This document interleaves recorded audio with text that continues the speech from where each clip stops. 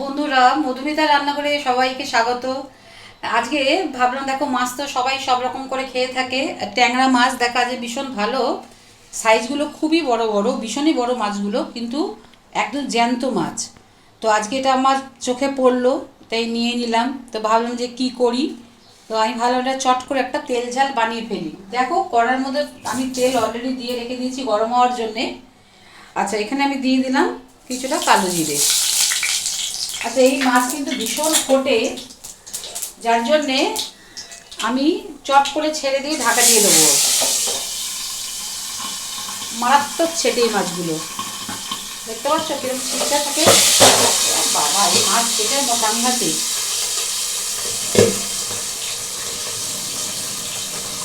এই মাছগুলো আমি আগে ভেজে নিই, তারপর তোমাদেরকে দেখাবো। আগে মাছ আমি ভেজে তুলি, তারপরে দেখাবো। দেখো বন্ধুরা, আমি মাছটা কিন্তু ঢাকা দিয়ে চাপে রেখে দিয়েছি। এটা মানে আমার সাহস নেই ঢাকাটা খোলার, একটু বাড়িয়ে দিয়েছি, ভালো করে হোক, ততক্ষণ ঢাকাটা কাজ সেরে ফেলি। এইখানটাতে আমি নিয়েছি একটু টক দই, মানে ধরো 2 চামচ মতো টক দই আমি নিয়েছি এর মধ্যে। এবার যেটা আমি করব, এর মধ্যে আমি দিয়ে দিচ্ছি পরিমাণ মতো হলুদ, আর দিচ্ছি একটু কালার হওয়ার জন্য কাশ্মীরি লঙ্কার গুঁড়ো। এটাকে এখন আমি খুব ভালো করে, এর মধ্যে একটু জল দিচ্ছি, একটু সামান্য জল মিশিয়ে এটাকে আমি খুব ভালো করে গুলে রেখে দেবো।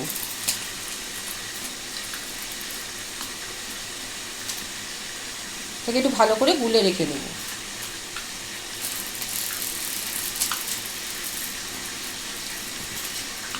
টক দই দিলে হয় কি, ট্যাংরা মাছের মধ্যে দেখবে নিজস্ব ট্যাংরা মাছের বিশেষ কোনো কিছু স্বাদ থাকে না।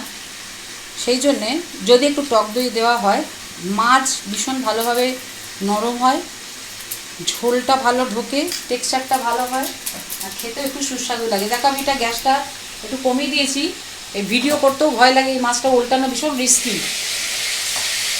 খুব আস্তে আস্তে আমি এটাকে উল্টাবো, ভীষণ ছিটকো। মাছগুলো এত বড় বড় মাছ, এটাতে উল্টানো পাল্টানো একটা বিরাট প্রবলেম।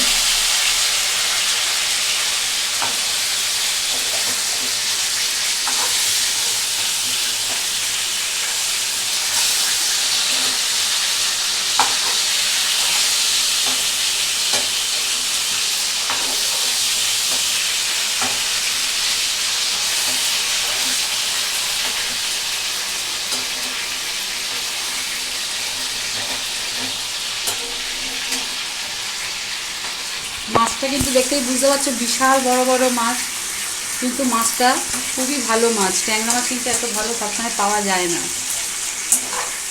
এটাকে আমি উল্টে পাল্টে দিলাম।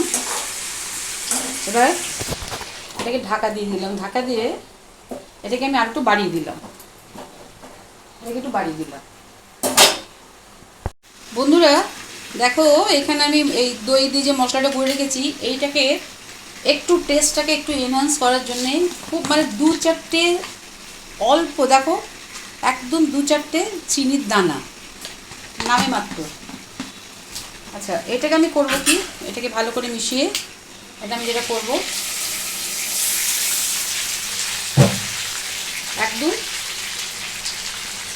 এটাকে আমি গায়ে ঢেলে দেবো। এই বাটিটা ধুয়ে জল দেবো, বাটি ধোয়া জলটা আমি দেবো,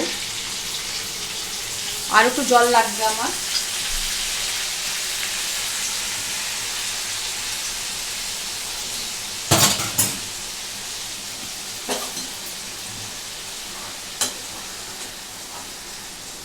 একটু গ্যাস কমিয়ে রেখেছি, এই জলটা আমি একদম দিয়ে দিচ্ছি। দেখো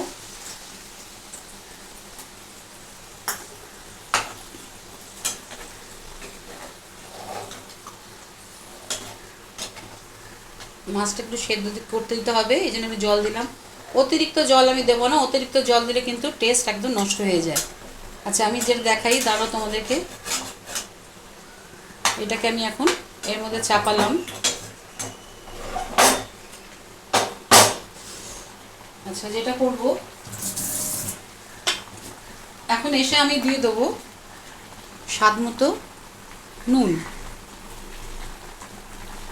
লাগলে বুঝলে আমি আবার দেব।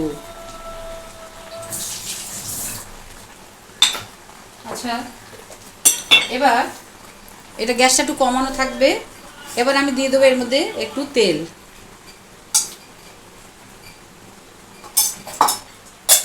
এটাকে একটু গ্যাসটা বাড়ালাম, একটু ফুটে যাক।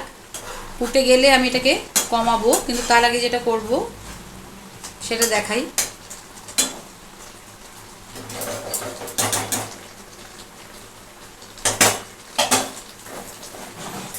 এর মধ্যে আমি কুচিয়ে রেখেছি ধনে পাতা, এটা আমি এখান থেকে ধনে পাতাগুলোকে দিয়ে দেবো।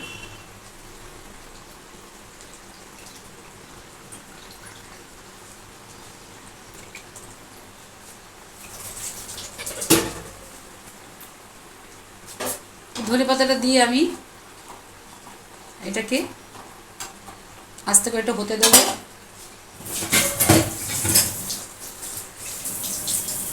এবার আমি এটাকে দিয়ে দেবো, একটু দেখো ফুটে যাক, একটু একটু ফুটুক।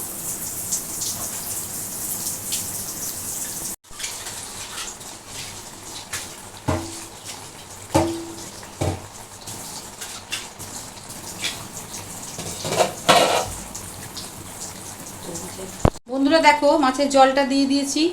এখন আমি এর মধ্যে যেটা করব সেটা হচ্ছে কাঁচা লঙ্কা একটু চিড়ে চিড়ে আমি এর মধ্যে দিয়ে দেবো।